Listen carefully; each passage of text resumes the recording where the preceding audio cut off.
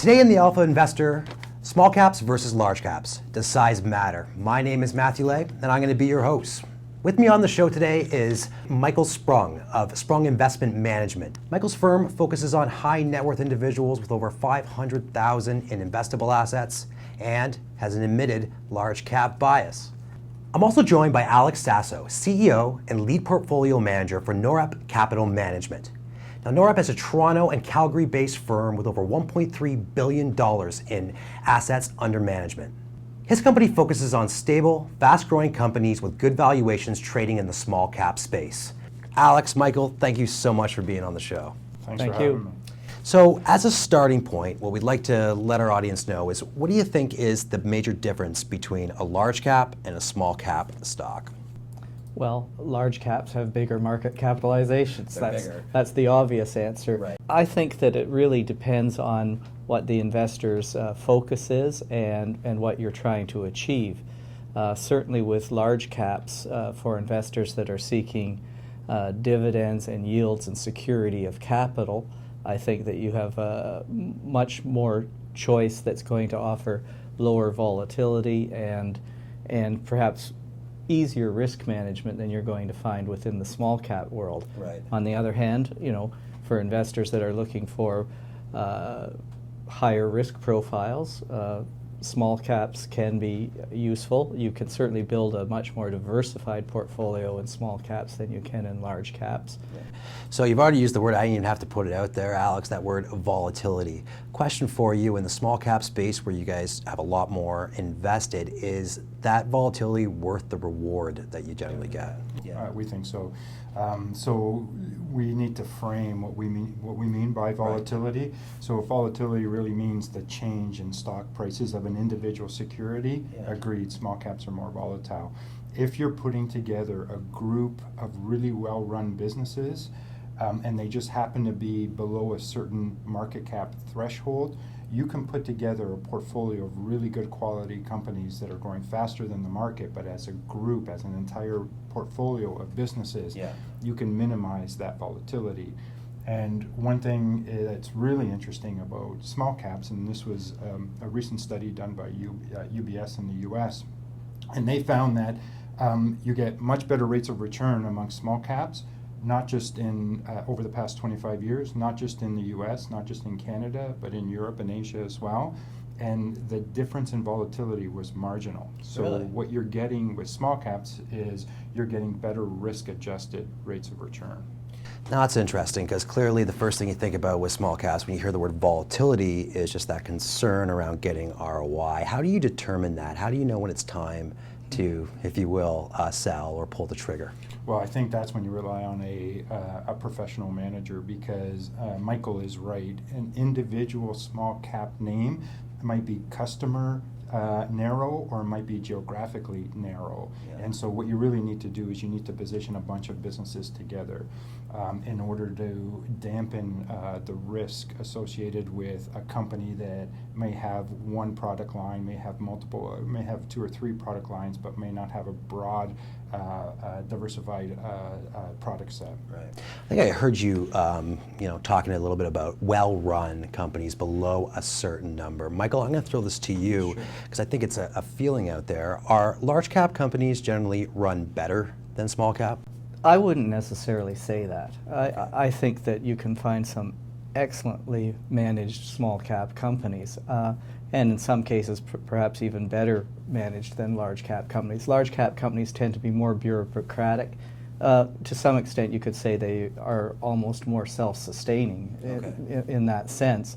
Where you run into problems, and I think this is the differentiation, in small caps it's definitely much more important to know the company much better and the management much better, because your judgment of that management is much more critical in a small cap company.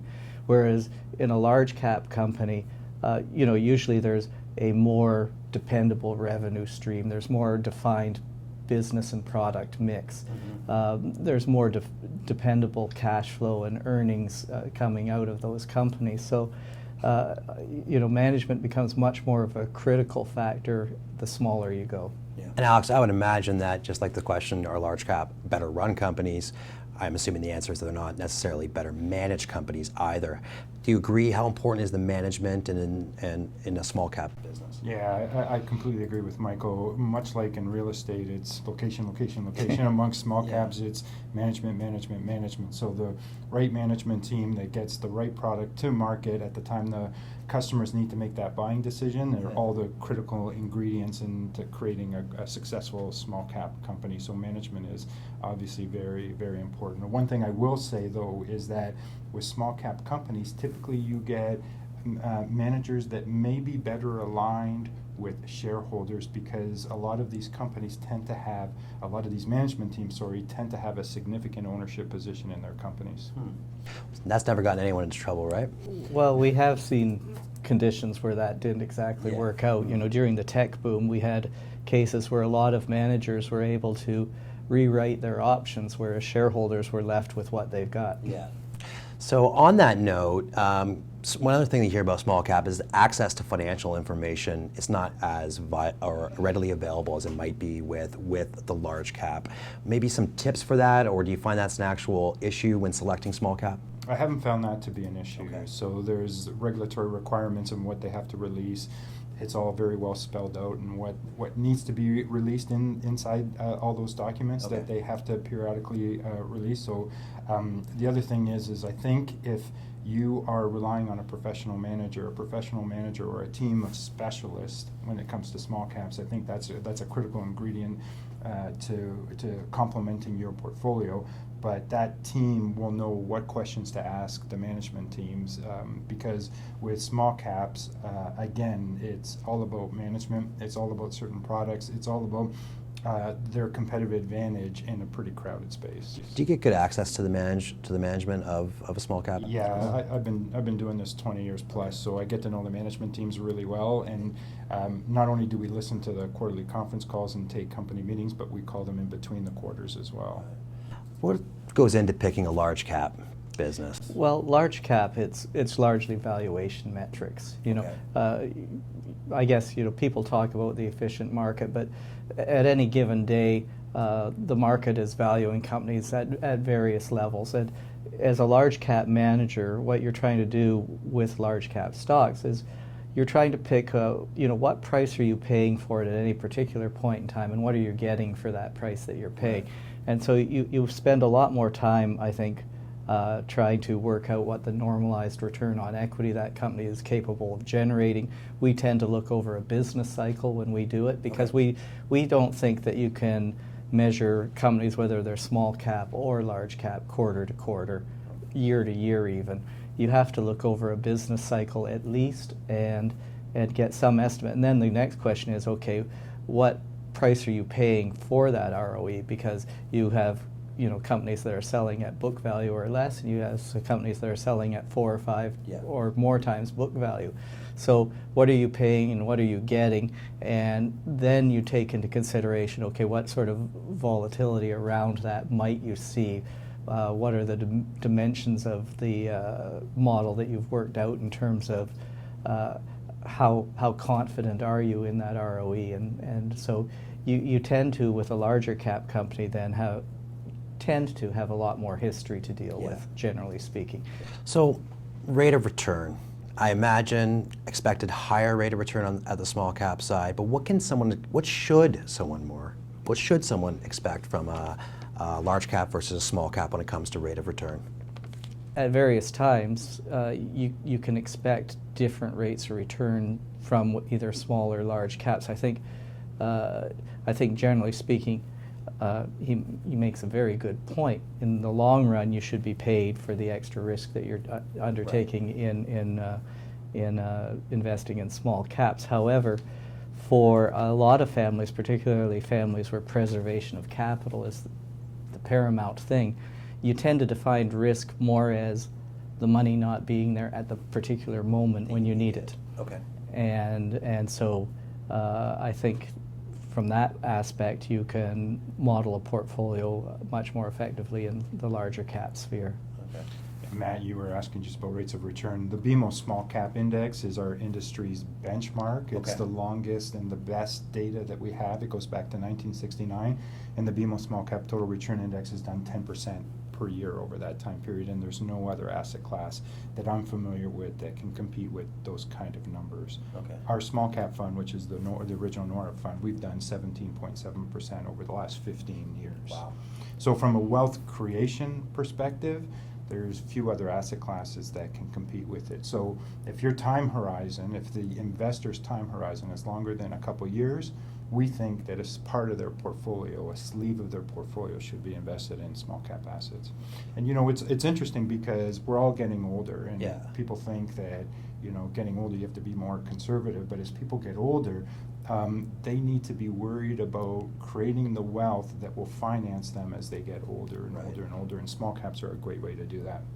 So regardless of my age, but in this day and age, make the case for small cap for 2015.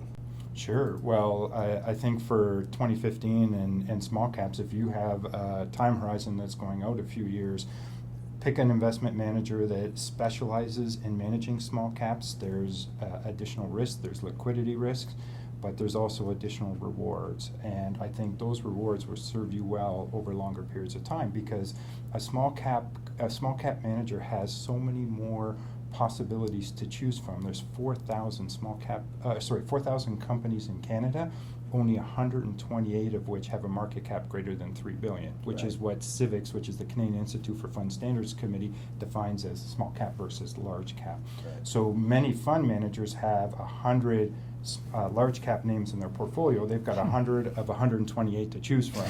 So you're basically becoming the index, and you're going to become very, very close to the index, where as a small cap manager, I've got thousands of companies to choose from. I could be very, very specific in determining what trend I'd like to see. And not only that, but in terms of dividends, we know that dividends over long periods of time become a bigger component of an indice's rate of return Yep. than the capital gains of that indice. Within small caps, you have many more dividend payers than you have in large caps as well. And so you can find really good quality companies that have low, what we call payout ratios, that are still growing, but play in the small cap space. But because they play in a small cap space, to some extent, they're underfollowed or underloved Right. relative to a much more efficient large cap company. So as a professional manager, you can find liquidity-driven mispricing of securities that you could take advantage of. That sounded very convincing. So you know we're going to ask you, 12 months, next 12 months, what's the case for large cap? Well, I think the case for large cap is quite simple in the current environment. No one knows where interest rates are going to go from here. If anything, the likelihood looks like could be up rather than down. We've seen market valuations increase fairly consistently since 2008. We have not had really a 10% correction within that time period. So I think security of capital and liquidity become very important factors. You know, one thing that Alec talked about was benchmarks, and Yeah. I think you have to be very careful with dealing with benchmarks. A lot of people would argue that the TSX is a nice benchmark against which to measure your large cap stocks, but is that an appropriate benchmark for an individual who doesn't want to be 75% weighted in materials, energy, and financials? So again, you've got to be wary of portfolio construction and what your objective is at the end of the day. Many of our clients express their objectives as a real rate of return over a cycle after fees and inflation. So, you know, that's a whole different animal. In the institutional world, and I guess in the mutual fund world too, you really have little choice but to deal with the benchmarks that are out there. But you can customize portfolios much more when you're dealing with individuals and individual families. And I think you can take a longer term perspective too.